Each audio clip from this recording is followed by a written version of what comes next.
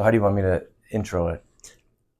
Just say faith and church were an important part of Roger's life, and he has a section that he would like to discuss now. Something to that effect. Yeah. Or maybe I should just turn it over to me. Maybe that's the intro, and I just have you start talking. Go ahead, Roger. Okay. I came up to Green Bay in 1970, but prior to that, the announcement of our sale of Cal Dutch to the Larson Company was announced in 1967. And I drove back and forth from Cedar Grove, Wisconsin to Green Bay for 3 years because I didn't know if I was going to fit in the organization or not. And secondly, my daughter was in high school and she wanted to finish high school. So I said, okay, I will drive back and forth and let you finish high school, and then we'll move in the event that I feel like I'm going to fit into the organization. Well, the day the sale of Cal Dutch was announced, the pastors of the church in Oostburg and Cedar Grove, which were of the same denomination, came over to our house and talked to my wife and said, we understand that you're going to be moving to Green Bay and would like to have you get involved with starting a church in Green Bay. Now, the Cedar Grove and Oostburg Church were interested in starting a church in Green Bay, but they never had the mass of people to get the thing started. A friend of mine who became an active member of the church in Green Bay later on had been in Green Bay in the Green Bay school system for 5 years, and they tried starting a church in the YMCA and so forth, but they never had the mass to keep the thing going. So in 1970, when they came to Green Bay, then the pastors came back again. They said, now we'd like to start a church in Green Bay. So they were active in hiring a pastor that had been a missionary pastor on the Indian reservations in New Mexico. And they got him to come to Green Bay at a couple $100 a month. And they found a job for him at Gabe's Construction Company. He could do anything. He was a great builder along with being a good pastor. He wasn't an ordained pastor, but he was a missionary pastor. And he came to Green Bay. We cut the job, so he had enough with the $200 a month that we got from our home mission board to help support his salary, and the money that he got working, he could live. He had 4 kids. A couple of them were in college, so he really had 2 kids, I think 2 kids at home at the time. So he would work during the week, and on Sunday we would meet in our home. I think with my friend and myself and the pastor and the kids, we had 17 people. We met in our homes. And then we knocked on doors and tried to get more people. We finally got the brother of my friend, so now we had 23 people, and we couldn't get them in the living room anymore. So I rented the Kennel Club for $35 a month to meet on Sunday mornings and on Sunday evening. And we set up chairs, and we used a section of the Kennel Club out in, I think it was off Limekiln Road. And when you say Kennel Club, you mean like a dog kennel? Yeah, it was a dog. It was a metal building built on a slab, and it was very cold because we didn't have any heat until we turned the thermostat up on Sunday morning. We paid $35 a week to rent the building. And then the women said, our legs are cold. We really should have something on the floor. So I went to a carpet place and I said, do you sell carpet remnants? They said, yes, we do. They said, what size do you need? I said, 15 by 25. They said, that's not a remnant. I said, well, I'm really looking for a carpet that size at a remnant price. He said, we understand. How is $100? I said, we'll take it. So we picked up the rug and we rolled it out every Sunday morning, set the chairs up on the rug, and that helped satisfy the temperature for the ladies that were sitting. My wife was very active. She started the first Sunday school in our church, and she taught Sunday school for like 20 years before she passed away in 1993. I'm getting ahead of myself. So now we met in the Kennel Club 1971 and 72. We said we better start thinking about building a church. So we found a piece of property on the corner of Winchester Way and Mason Street that was 1.6 acres, and we bought that for $10,600, which used up all the money that we had saved for building a church. And I went to Hireman Construction Company who had done work for our company in building buildings. And I said, how much would it cost to build a 60 by 40 building that doesn't look like a chicken coop on a 4 by 12 pitch?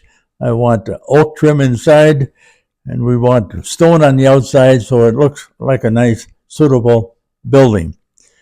They came up with a plan that was going to cost $83,160, which we didn't have. So I went to the bank and asked if we could borrow money. That wasn't the original price, though, right? Original price. But weren't you getting 2 sinks instead of the... Pardon? You had 2 sinks in the original plan? Oh, yeah, we get that, Jim. It was $83,320. Jake's got a better memory than I do. And to save money, there was 2 sinks in the ladies' bathroom, and I thought we need a place to change diapers, so I took 1 sink out, and it saved $160. Now we had to get the $83,160. So I went to our whole mission board. I said, and they had a fund that people contributed money to and they got paid the going rate of interest, and that was the investment fund that new churches used to build their church. So I said, do you have any money left for borrowing? And they said, all our money is used up. They said, but we do have $40,000 set aside for a church in Virginia. I said, do they have plans made for the building? They said, no. I said, I tell you what, will you give us the $40,000? And if they come up with plans, we'll come up with the $40,000 someplace. Now, this is what you call a risk. Now we got $40,000.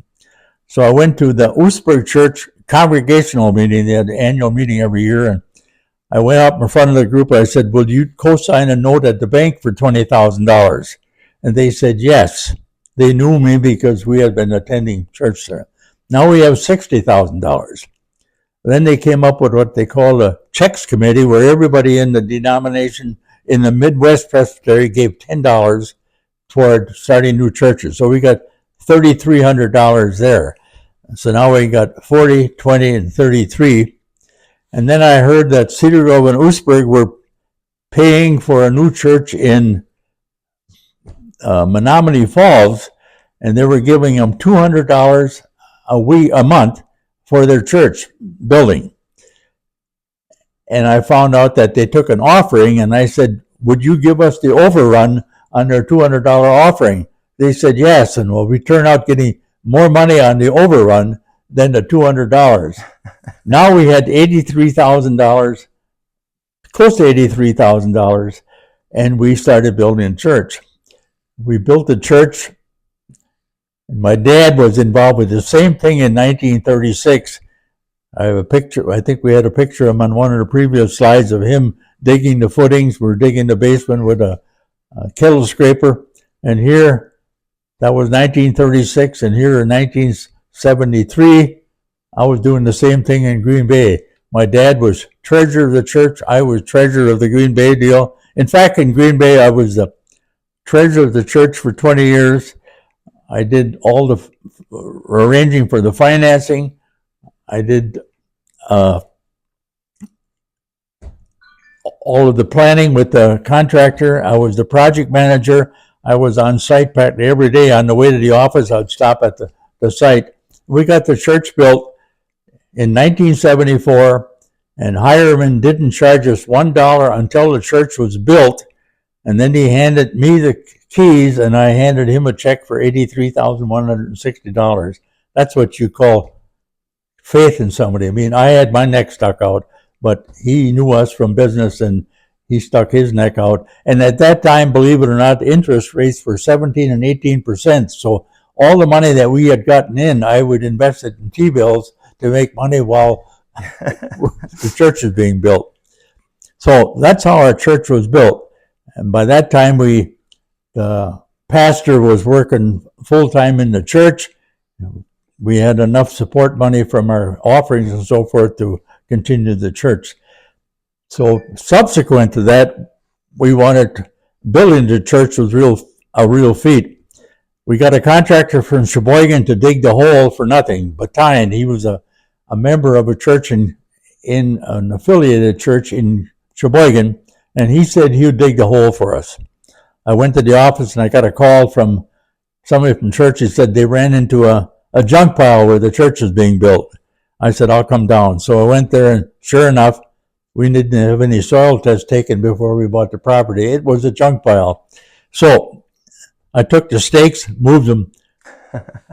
First of all, I had to get property because we were up to the property line. So I called the owner of a duplex, cold call, and asked him if he would sell 17 feet of his property in the back for $500. And he said, sure. Believe it or not, he sold us 17 feet over the telephone. So we moved the stakes, plunked them down, and I said, we might want to add 20 feet on the front end of the church. So I moved the stakes 20 feet back. So they started digging, and we built the 60 by 40 church. Then we're going to add on to the church, and the ADA came along, Aid for Dependent People. And we had to have upstairs bathrooms. So instead of adding on seats, we had to add 20 feet on our church to get restrooms upstairs. So we did that. Then we added 20 feet on the front end of the church a couple of years later. And we, of course, were still paying on the $40,000 and the $20,000. And I had lunch with a salesman one day. I said, we have to come up with $60,000. He said, I got an idea for you. He said, what we did is we went to the members of the congregation and asked them if they would be willing to loan money to the church on a 1, 2, or 3 year basis, and then we'd pay them back on a 1, 2, or 3 year basis. So we raised $60,000 within our church, even though we had payments due on the other loans. And that's how we ended up with our 20 feet on one end, 20 feet on the other end, and 60 feet in the middle, and that was our church. And now 10 years ago, we added a $2 million addition onto our church and incorporated all of these additions into the new church really well. Our architect did a good job, and now we are facing Deckner Street near Preble High School with a church that seats 300 people, and it's a beautiful building.